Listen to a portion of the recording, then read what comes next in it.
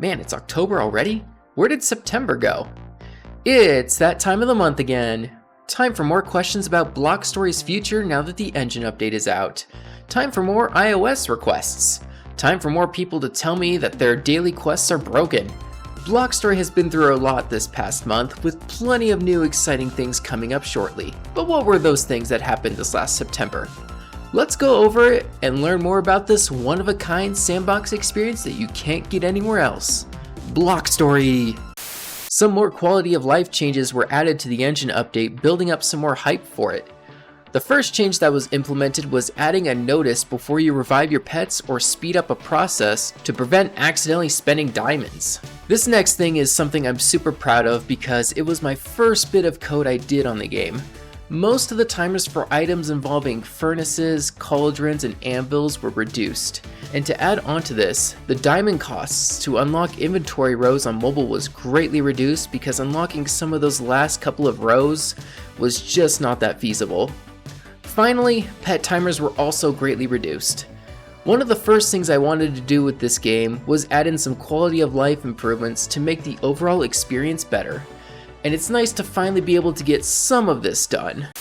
It was revealed that the old terrain generator was making its grand return in the engine update.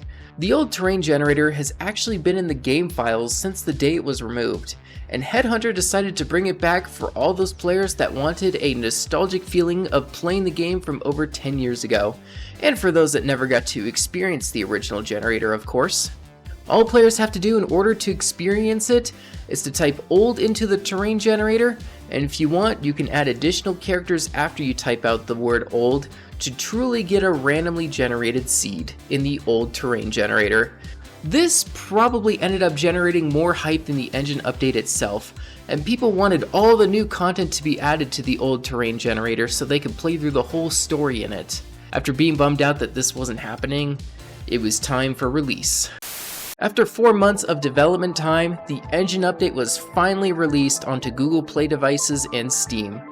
It was a long process from having to redo every single part effect from scratch, to assigning music to specific bosses in the game, to doing business with the US government to get it running as an official business, and fixing every single bug we could find before hitting the release button. After doing this, the game's popularity shot back up. We saw the game get over hundreds of downloads daily. The Discord started to get popular once again, and my channel also started to see growth it hasn't seen in years. It felt like things were finally coming together. That is, until all the bug reports started coming in. After a deep sigh, Headhunter got back to work. I received a request to do this from Kalanguio Draw. No way I said that right, and I finally got it working. Last month, I got Block Story updated on YouTube and Twitch, and in order to expand this game as much as possible, I also got the game added and running on Kick. So if this is your platform, you can now list Block Story while streaming the game on there. I finally got a Mac to bring the game back up to the App Store. I have very little Mac experience, and I honestly feel like I'm using a PC for the first time whenever I try to use this thing, which is one of the reasons why I have not been able to get it up just yet. I feel like I need to open up a dummy book on how to operate one of these things. I know you all want this game back in your hands as soon as possible. My goal is to hopefully get it up this October for you all. And once it comes back, my goal is to make sure it stays there and it doesn't get removed, and to also make sure that it stays up to date with the other versions. The first couple of hotfixes rolled out, fixing some of the issues players were reporting, such as bugged inventory rows, broken dig particles, broken textures, and performance issues. However, the signature improvement that came out of all these hotfixes was the premium version of the game. Mobile users have been asking for this for a very long time, where they want the premium version to feel more like the PC version, and we finally did it. Inventory rows are no longer locked behind diamonds on the premium version. You can now unlock them by leveling up just like the PC version. I was super happy to see Headhunter make this change, and with that, more work continued on fixing the remaining issues. In my last monthly wipe, I revealed that the outdated wiki was being revived by like 3 people. Little did I know, after doing that, way more people got involved to update this thing. I don't even know who to thank at this point because there are so many of you working on it right now. And there's hundreds of pages that have been added or updated since I made the last video about this. The amazing thing to see after all of this is just the dedication and love people have for this game.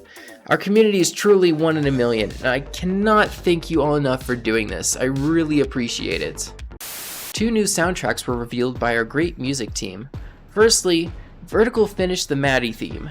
This theme went through at least 3 different reshoots because when you think about it, Maddie is easily one of the hardest bosses to create a theme for just because of how unknown Maddie really is. However, after all these reshoots, it was finally done and I am in love with how this theme turned out. It sounds outstanding. In the meantime, Archangel finished a track for Space Layer 3 which fits that environment so well. He did an awesome job there. The community seems to be loving these new tracks, and we are still just getting started. There will be a lot more tracks coming to you very soon. That pretty much wraps it up for this month of September. Not a huge eventful month. It was nice finally getting the engine update out at the beginning of the month, and development time from there was just pretty much focused on patching up all the bugs that came with it. This leads us onto the spooky month of October. We are closing in on 2 milestones. My channel is on the verge of hitting 20,000 subscribers, and the Block Story Discord is about to hit 3,000 members. There will be some prizes in store as both of these milestones are met. As I'm writing this upcoming week, Block Story should be receiving another hotfix, which is going to address most of the issues that have been reported across the community, including the broken daily quests, the pet revive timers being 500 years long for some reason, and so much more. There's a lot coming. Block Story is back, and it's time to build upon this momentum and get new content out for you all, and I cannot wait to show off what's in store for the future. Thank you all for watching. Xcel signing off.